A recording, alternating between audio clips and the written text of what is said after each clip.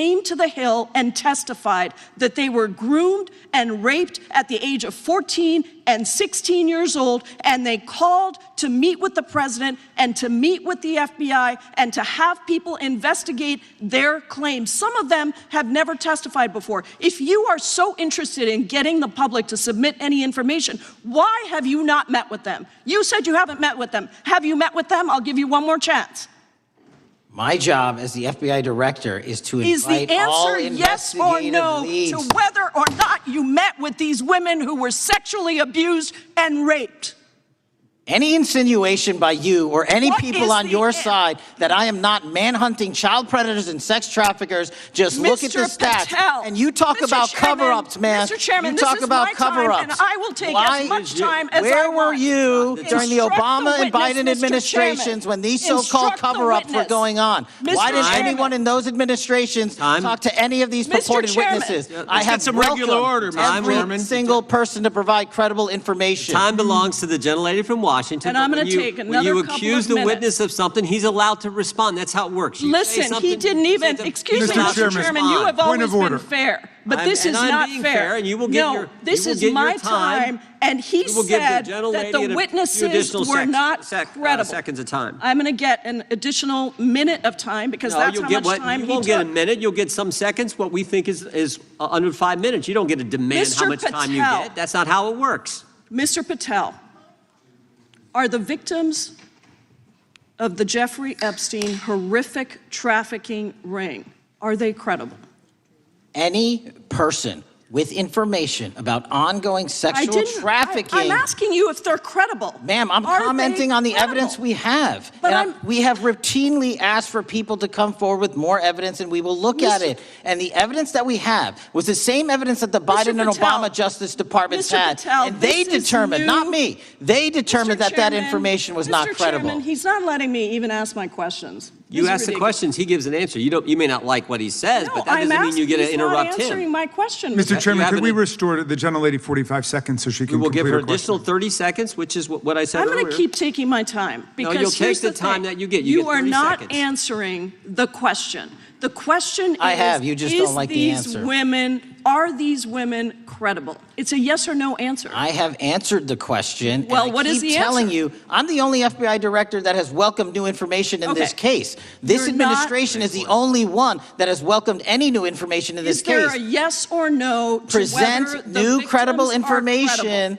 Present new information. Are the victims credible or not? I'll tell you what happened in the last Trump administration. Are they credible or not? You can't even say. Victims credibly came forward, and you know what happened? President Trump authorized the indictments of Jeffrey Epstein. Called them not Biden, a hoax. not Obama. President Trump no one else. called the entire thing a Democratic hoax. So I would like to ask the gentlelady's time has expired. I gave her the additional 45 seconds she requested. The gentlelady yields back. The gentleman from New Jersey is recognized for his 5 minutes. If you would meet with the women who were sexually abused and raped and groomed at the ages of 14 and 16 years old. Are you going to cover up? No, are you going to continue to cover up for the rich and powerful men, including those that might be on this committee? I can yell too, Mr. Chairman, but I don't want to yell above this. The time belongs to the gentleman from New Jersey. I appreciate the gentlelady yielding back. Are you going to allow them to testify, Mr. Patel? Go ahead. Will you allow them to testify to you, Mr. Patel? Mr. Patel, thank you for being here. I know it's been an interesting and difficult 2 days. He promised no cover-ups, no missing documents, no stone left unturned. Then suddenly, everything changed. Today, FBI Director Kash Patel sat under oath while Congresswoman Pramila Jayapal went straight for the throat. And what happened next turned a routine hearing into total chaos. The chairman lost control. Voices exploded. You need to see this. Thank you, Mr. Chairman. Mr. Patel, before you joined the FBI, you had very strong opinions about what the FBI was hiding regarding Jeffrey Epstein. In a September 2023 interview with Glenn Beck, you said the Black Book is under the, quote, direct control of the director of the FBI. In December 2023, you said, let us know who the pedophiles are. Even for a short time after becoming FBI director, in February of 2025, you tweeted, quote, there will be no cover-ups, no missing documents, no stone left unturned. In June, you told Joe Rogan, quote, we've reviewed all the information, we're going to give you every single thing we have and can.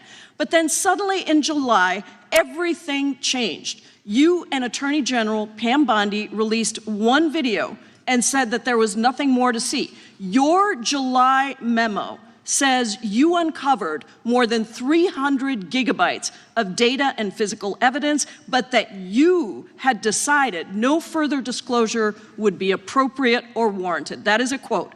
I think what happened, Mr. Patel, is that suddenly you discovered that Donald Trump's name was all over these files, and you started a giant cover-up. So you are under oath, Mr. Patel. You just testified to Mr. Swalwell that you did not speak to the president about the Epstein files. To your knowledge, did Attorney General Pam Bondi speak to the president about what was in the Epstein files? I can't speak for Attorney General Pam Bondi. So to your knowledge, you don't have any information. The question was, do you have any knowledge? Do you have any knowledge? I can't speak. You are refusing to answer the question, so let me tell you that the Wall Street Journal reported that in May, Bondi told Trump that he was in the Epstein files, and at the same meeting said that the DOJ did not plan to release the files. Yesterday, you testified to Senator Kennedy that there was, quote, no credible information that Epstein trafficked girls to anyone else, and that you have, quote, continuously and publicly asked the public to come forward with more information and we'll look into it. Today, in response to Mr. Massey's question, you appeared to say that the survivors were not credible. These are survivors. That's not at all what I said. Okay, great. I'm going to ask you this in a second, but let me tell you about the survivors, and let's bring them up here into the room. So there you have it. A hearing that started with simple questions ended in shouting, interruptions, and a room completely out of control. Jayapal asked one question: are the survivors credible? Yes or no? And after 5 minutes of back and forth, that yes or no never came. Patel says he's the only FBI director who welcomed new information. Jayapal says the files tell a different story. Two versions of the truth, and somewhere in 300 gigabytes of evidence lies the answer America is still waiting for. But here's the real question. If there's truly nothing to hide, why does every hearing end like this? Let me know in the comments, who won this exchange? Was Patel dodging, or was Jayapal grandstanding? Drop your thoughts below. And if you want more unfiltered coverage of Washington's most explosive moments, hit subscribe and turn on the bell, because this story is far from over.